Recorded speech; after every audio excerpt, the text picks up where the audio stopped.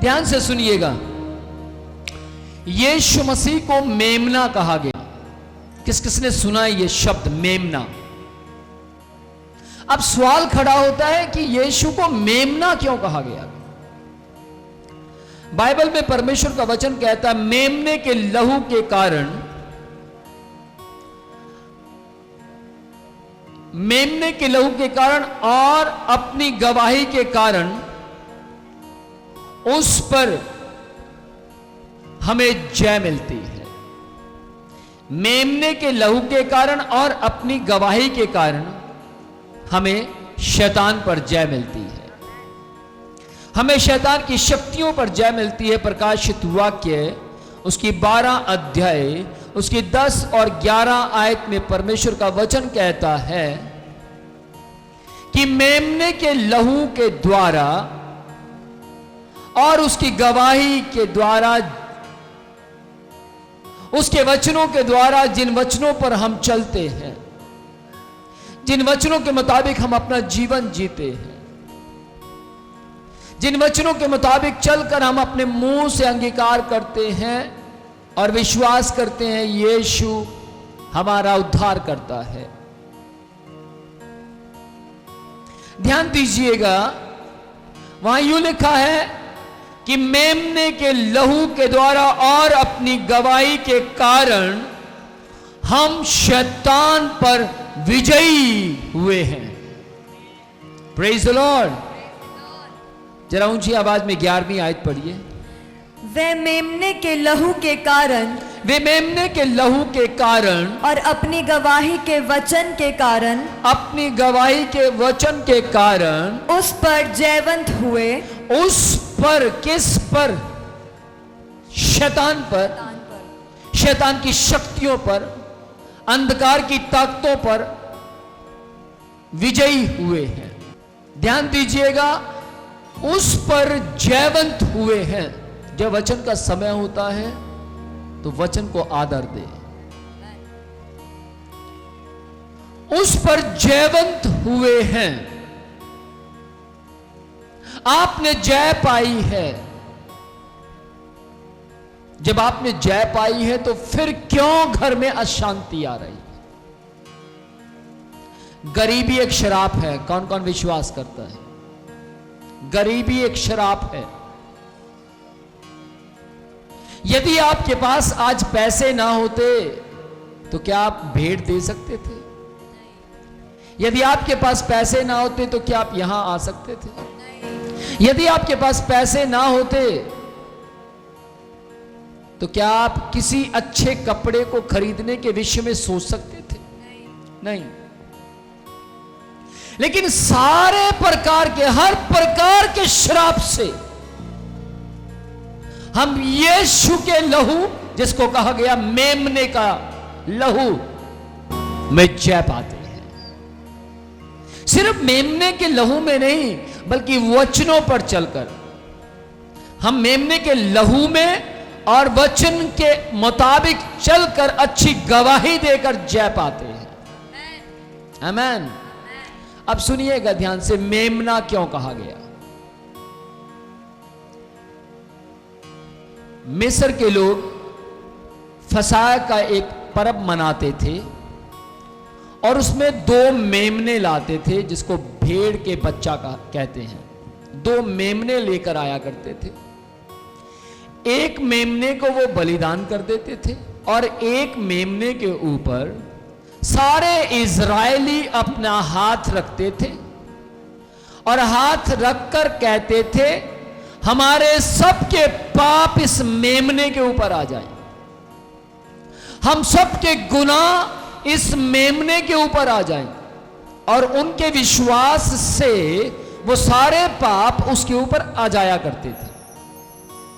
लेकिन इजरायली अक्सर सुना करते थे कि कोई मेमना इस संसार में आएगा, एक मेमना इस दुनिया में पैदा होगा और वो मारा जाएगा, गाड़ा जाएगा, तीसरे दिन मुर्दों में से जीवित होगा।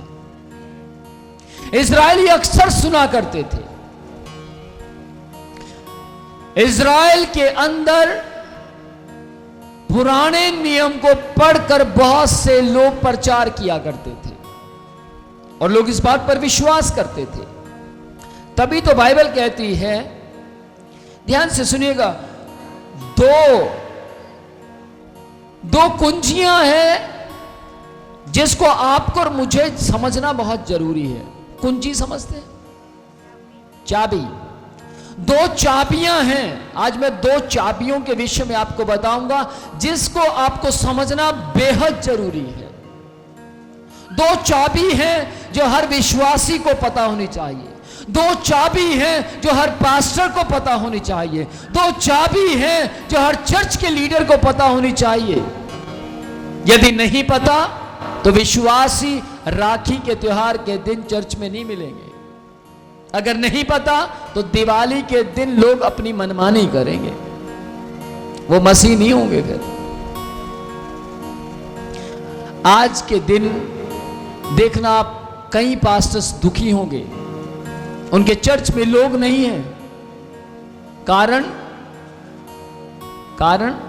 वचन की शिक्षा नहीं है।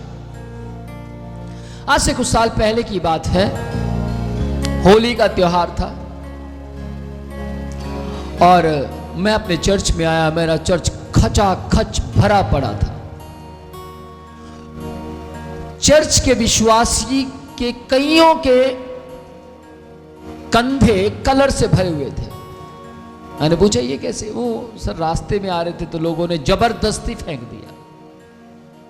लेकिन जैसे मैं चर्च खत्म करने के बाद अपने घर की ओर रवाना होता हूं, मैं एक पास्टर के बारे में सुन रहा था और पास्टर कह रहा था कि आज मेरे चर्च के अंदर मुश्किल से 15 लोग थे और मुझे दुख हुआ, इतनी जनता मेरे पास होने के बावजूद थोड़े से लोग थे। तो कहता आज पता लगा कि मेरे पास कलीसिया नहीं आती, केवल चंगाई पाने वाले लोग आते हैं।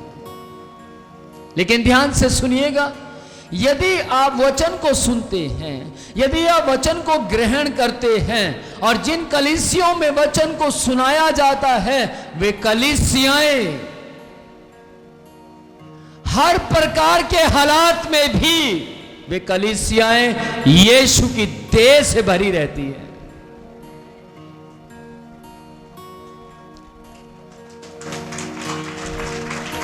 आमीन। कुछ समझ पा रहे हैं? कल रात ही मुझे किसी ने मैसेज लिखा कि सर क्या हम राखी मना सकते हैं? मैंने उनको अपना वो लिंक भेजा वीडियो का जिसमें लिखा था कि क्या मसीह यीशु को मानने वाले लोग भी राखी मनाएं? वो संदेश मैंने भेजा। पता नहीं चर्च में वो आए या नहीं आए, मुझे नहीं मालूम, लेकिन मुझे ये मालूम है कि उन्होंने मुझे ओके कर भेजा। लेकिन ध्यान से सुनिएगा, मैं आज आपको बोलना चाहता हूं, चर्च में आने से आपको बहुत सी गहराइयां पता लगती हैं। आज जो शिक्षा आप ले रहे हैं, यहां पर आप आराम से बैठे हैं, अगर आप उठेंगे तो कोई भी टोक देगा, लेकिन आप घर में बैठकर सुन रहे हैं, कुछ भी हो गया, किसी ने भी टोक दिया, कुछ भी हो जाए, कुछ नहीं होता। आप कभी तो मोबाइल लेकर वॉशरूम में जा रहे हैं, वचन के समय में कभी तो आप मोबाइल लेकर कहीं और जा रहे हैं, कभी कुछ कर रहे हैं, कभी मासी से बात कर रहे हैं, कभी चाची से, क्योंकि आपको डर नहीं है। लेकिन बहुत कम लोग हैं जो स्क्रीन के ऊपर बैठे देखते हैं और यीशु का भय खाकर वचन के समय में आदर देते हैं। आमीन। और वे लोग हैं जो मरने के बाद नरक में नहीं स्वर्ग में मिलेंगे। Praise the Lord. मेरा टारगेट YouTube के ऊपर व्यूवर्स बढ़ाना नहीं है, मेरा टारगेट है यीशु के लहू की सही जानकारी देना। मेरा पूरा विश्वास है कि मेरे मरने के बाद यीशु मसीह ये नहीं कहेगा कि तूने समय खराब किया, बल्कि यीशु ये कहेगा, आजा, मैं तेरा अपने पिता की दाहिनी ओर खड़ा होकर वेलकम करता हूं। प्रेज द लॉर्ड, आमेन। ध्यान से सुनिएगा, दो कुंजियां, एक है मेमने का लहू, जो कि प्रकाशित वाक्य 12 अध्याय उसकी 10 और 11 में लिखा है, मेमने का लहू जिसने हमारे पापों को धो दिया। परिणाम स्वरूप इस परमेश्वर के, ध्यान से सुनिएगा, परिणाम स्वरूप इस परमेश्वर के द्वारा हमें स्वीकार करने का मौका मिला मेमने के लहू को। मेमने का लहू हमें छुटकारा देता है। और बाइबल, परमेश्वर का वचन स्पष्ट तरीके से, यूहन्ना ने बड़े ही अच्छे तरीके से इस बात को बयान किया। और नए नियम में यूहन्ना जी के द्वारा कहा गया कि मैं जिसके विषय में तुम्हें बताना चाहता हूं वो आ रहा है और ये मेमना है। Praise the Lord. ध्यान से सुनिएगा, नंबर 1 है मेमने का लहू। मेमने के लहू को, नंबर 1, मेमने लहू को आपको मुझे समझना है। और जैसे हम मेमने के लहू पर विश्वास करते हैं, यानी यीशु के लहू पर विश्वास करते हैं, यानी यीशु की क्रूस की मृत्यु को समझते हैं, जैसे हम यीशु के लहू पर विश्वास करते हैं, जैसे हम यीशु के लहू को अपने जीवन में लेकर आते हैं, तो हम ऐसे हो जाते हैं जैसे हमने कभी पाप किया ही नहीं था। सुनाई दिया? हम ऐसे हो जाते हैं जैसे हमने कभी पाप किया ही नहीं था। आज से कुछ साल पहले की बात है, मैंने अपने पेंट कोट को, जो कि बिल्कुल वाइट था, वो जब गंदा हो गया तो मैंने उसको ड्राई क्लीन के लिए दिया। मालूम नहीं उन्होंने किससे धोया, और जब धोया तो वो बिल्कुल ऐसा हो गया था जैसा मैंने अभी बनवाकर मैं लेकर आया हूं, ऐसा हो गया था। मैंने उसको 3 बार देखा, क्या ये वही कोट है जो इतना गंदा हो गया था? तो बिल्कुल साफ लग रहा था। सेम उसी तरीके से जब आप और मैं मेमने के लहू, यीशु के लहू पर विश्वास करते हैं, यीशु के बहाए हुए लहू पर विश्वास करते हैं, आज से 2021 वर्ष पहले एक मेमना आपके और मेरे लिए इस दुनिया में आया। वो मारा गया, गाड़ा गया। जहां आपको और मुझे गाड़ा जाना था वहां यीशु गाड़ा गया। जहां आपको और मुझे टांगा जाना था वहां यीशु को टांग दिया गया। जहां आपको और मुझे कोड़े पड़ने थे वहां यीशु को कोड़े पड़े। लेकिन जैसे हम यीशु के नाम पर विश्वास करते हैं, जैसे हम कहते हैं कि प्रभु यीशु, आपका लहू मेरे पापों के लिए बहाया गया है, जैसे हम विश्वास करते, यीशु आपने मेरे लिए कोड़े खाए, जैसे आप ये बात बोलते हैं, आप बिल्कुल ऐसे हो जाते हैं जैसे आपने कभी कोई पाप किया ही नहीं था। Praise the Lord. आप अपने जीवन में यीशु को लेकर आते हैं, आप अपने जीवन के अंदर यीशु का वेलकम करते हैं। आपको चंगाई चाहिए या यीशु? ऊंची आवाज में बोलिए। मैं फिर से पूछना चाहूंगा, आपको चंगाई चाहिए या यीशु? यदि आपको यीशु चाहिए तो आपको यीशु के लहू पर विश्वास करना होगा। यदि आपको यीशु चाहिए तो आपको यीशु के लहू को, यानी मेमने के लहू को पहचानना जरूरी है। Praise the Lord. Praise the Lord. Number दो है हमारी गवाही।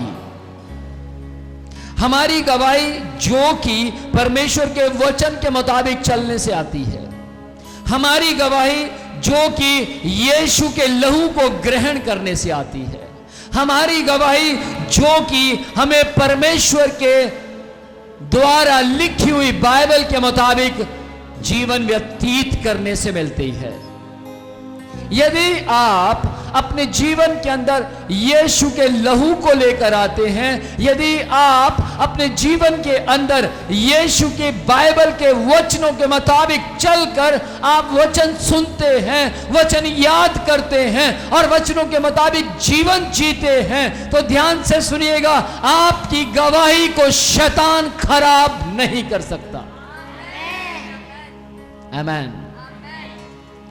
दो है यीशु का लहू जिससे शैतान बुरी तरह कांपता है, डरता है, वो बौखला जाता है।